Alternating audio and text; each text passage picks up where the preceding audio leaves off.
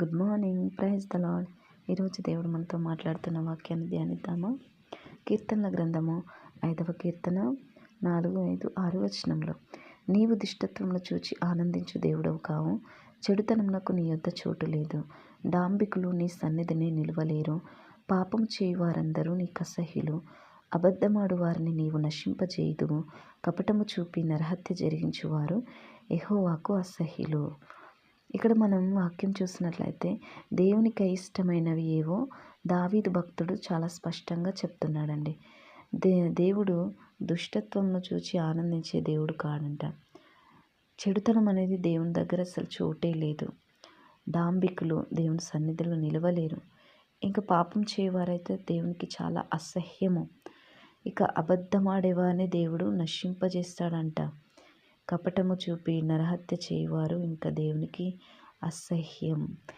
ఈ యొక్క అలవాట్లు, ఈ యొక్క దుష్ట ఆలోచనలు కానీ, ఈ వాక్యం చూసిన విధానం బట్టి అబద్ధమాడేవారిలా, పాపం చేయవారిగా మనలో ఏమైనా ఇలాంటి చెడు లక్షణాలు ఉంటే మాత్రం ఇవన్నీ దేవునికి అసహ్యం అంటున్నాడు. దేవుడు వాటిని చూసి ఇష్టపడని దేవుడై ఉన్నాడు మన దేవుడు. చాలా ప్రేమ గల దేవుడు, కనికరం గల దేవుడు. మంచితనం దేవునిలో ఉంది. ప్రేమ, కనికరం, జాలి ఉంది. ఈ యొక్క చెడు ఆలోచనలు, ఈ చెడు లక్షణాలు, దుష్టత్వము, పాపము, కొండెపు మాటలు చెప్పడం, నరహత్య చేయడం, ఇవన్నీ దేవునికి అయిష్టంగా ఉన్నాయండి.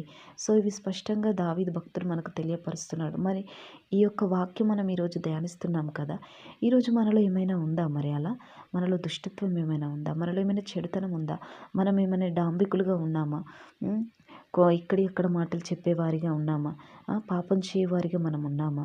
ఇంకేమైనా మనలో పాపం దాగి అది పాపాన్ని విడిచిపెట్టలేని పాపం ఏమైనా మనలో ఉందా? అబద్ధం రోజు మనం ఆడుతున్నామా అండి? అబద్ధం ఆడని రోజంటూ మనకు లేదు కావచ్చు. కపటం చూపిస్తున్నాం, ఇతరుల మీద కపటంగా మాట్లాడి నరహత్య చేయడానికి కూడా మనము వెనుకాడకుండా ఉన్నామా? ఇవన్నీ మనలో ఉన్నట్లయితే ఒకసారి మనం చెక్ చేసుకుందామండి. మన యొక్క ఆత్మీయ జీవితాన్ని మనం ఒకసారి చూసుకున్నట్లయితే మన జీవితం ఎలా ఉంది? మనలో ఈ పాపం అనే లక్షణాలు ఇవి ఉన్నాయా? ఉన్నట్లయితే వాటిని విడిచిపెడదాం. వాటి నుండి మనం విడుదల పొందుదాం. విడుదల పొందాలంటే దేవుని పాదసన్నిధికి వచ్చి దేవుని యొక్క పాదసన్నిధిలో మన యొక్క పాపంలో, మన యొక్క ఆలోచనలను ఒప్పుకున్నట్లయితే దేవుడు వాటి నుండి మనకు పూర్తి విడుదలనిస్తాడు. ఇవి దేవునికి అయిష్టమై ఉన్నాయి కాబట్టి మనకు దేవునికి అయిష్టమైనవి మనలో ఉంటే దేవుడు మనతో ఉండడండి. దేవునికి ఆయాసకరమైనవి మనలో ఉన్నట్లయితే వాటి నుండి మనం విడుదల పొందుకున్నప్పుడే మనకు దేవుని సన్నిధి, దేవుని యొక్క ప్రెజెన్స్ మనకు ఉంటుంది. దేవుని యొక్క కాపుదల మనకు ఉంటుంది. దేవునికి మనం ఇష్టమైన బిడ్డలుగా ఉంటాం. కాబట్టి ఈ వాక్య ప్రకారం మనం దీవిద్దాం. బ్లెస్సింగ్